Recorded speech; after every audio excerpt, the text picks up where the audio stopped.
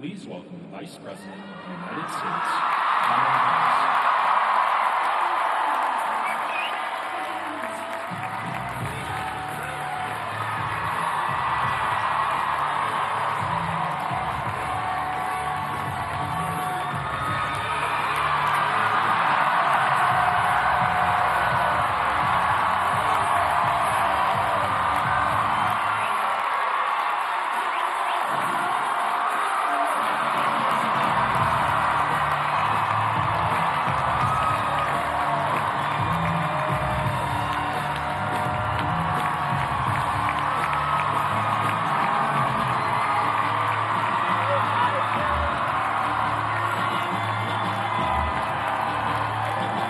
Good afternoon. Good afternoon.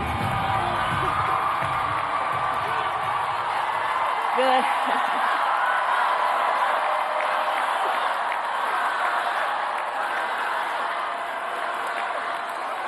Good afternoon, everyone. Good afternoon. Good afternoon. Good afternoon. Thank you all. Thank you, thank you. Thank you, thank you. So let me say, and I love you back, and I love you back. So let me say, my heart is full today. My heart is full today, full of gratitude for the trust you have placed in me, full of love for our country, and full of resolve.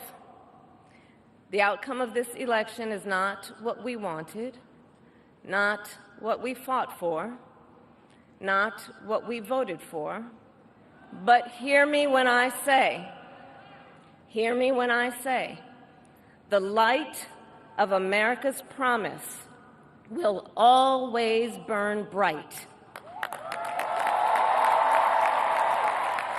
As long as we never give up, and as long as we keep fighting.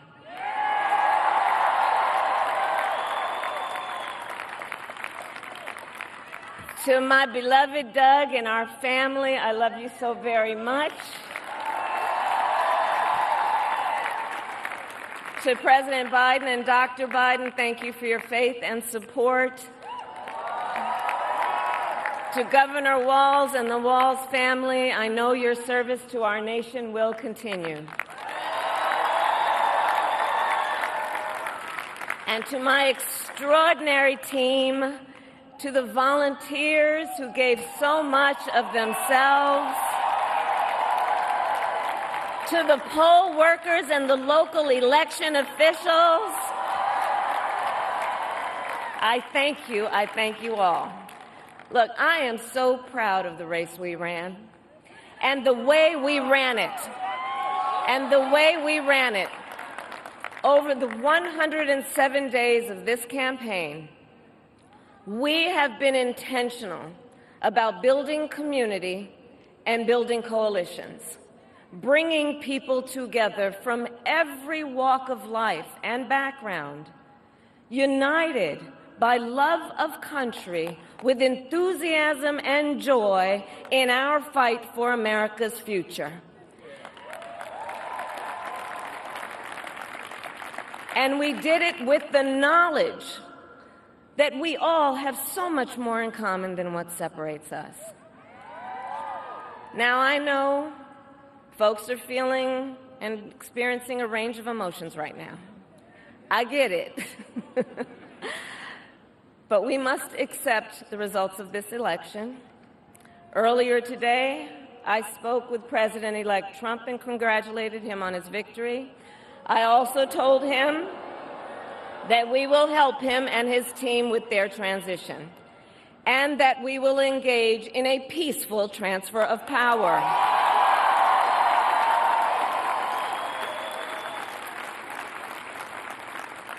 A fundamental principle of American democracy is that when we lose an election, we accept the results. That principle, as much as any other, distinguishes democracy from monarchy or tyranny. and anyone who seeks the public trust must honor it.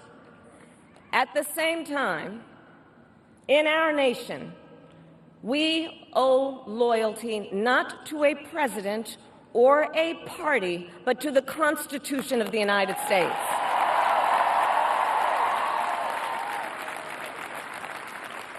And loyalty to our conscience and to our God.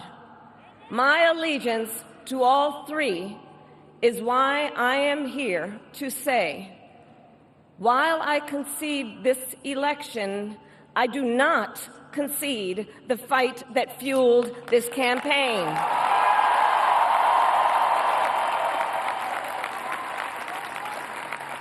The fight for freedom, for opportunity, for fairness, and the dignity of all people. A fight for the ideals at the heart of our nation, the ideals that reflect America at our best. That is a fight I will never give up.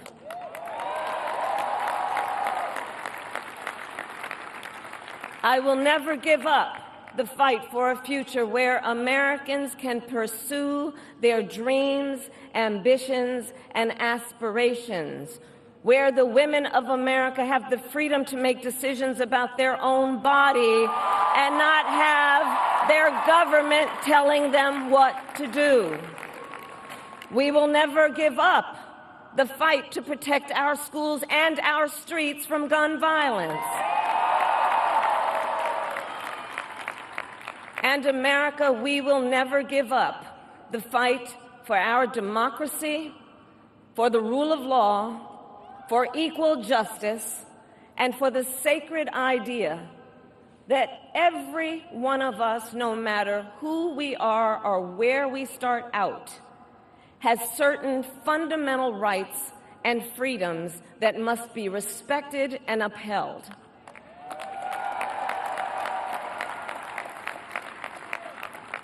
And we will continue to wage this fight in the voting booth, in the courts, and in the public square.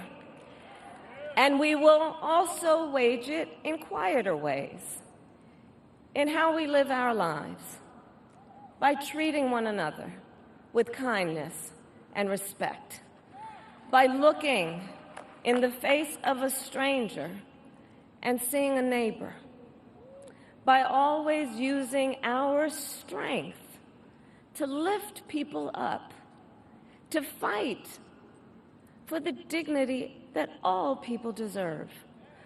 The fight for our freedom will take hard work, but like I always say, we like hard work. Hard work is good work. Hard work can be joyful work. And the fight for our country is always worth it. It is always worth it.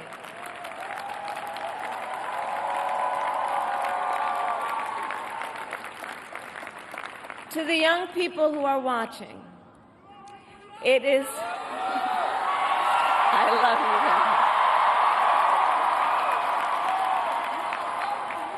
you. To the young people who are watching, it is okay to feel sad and disappointed, but please know it's going to be okay.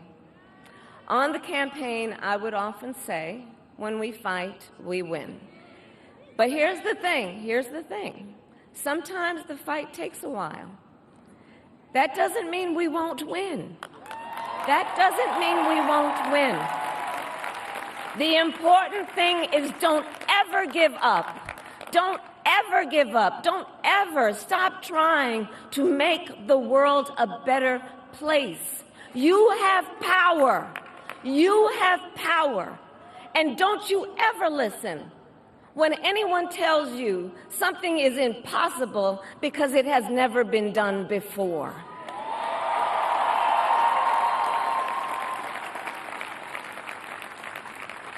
You have the capacity to do extraordinary good in the world. And so to everyone who is watching, do not despair. This is not a time to throw up our hands. This is a time to roll up our sleeves. This is a time to organize, to mobilize, and to stay engaged for the sake of freedom and justice and the future that we all know we can build together. Look, many of you know I started out as a prosecutor, and throughout my career, I saw people at some of the worst times in their lives, people who had suffered great harm and great pain, and yet found within themselves the strength and the courage and the resolve to take the stand, to take a stand, to fight for justice, to fight for themselves, to fight for others. So let their courage be our inspiration. Let their determination be our charge. And I'll close with this. There's an adage an historian once called a law of history, true of every society across the ages. The adage is, only when it is dark enough can you see the stars. I know many people feel like we are entering a dark time, but for the benefit of us all, I hope that is not the case. But here's the thing, America, if it is, let us fill the sky with the light of a brilliant, brilliant billion of stars. The light of optimism, of faith, of truth, and service.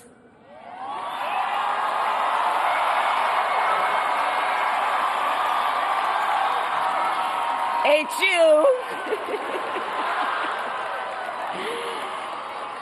And may that work guide us, even in the face of setbacks, toward the extraordinary promise of the United States of America. I thank you all. May God bless you, and may God bless the United States of America. I thank you all.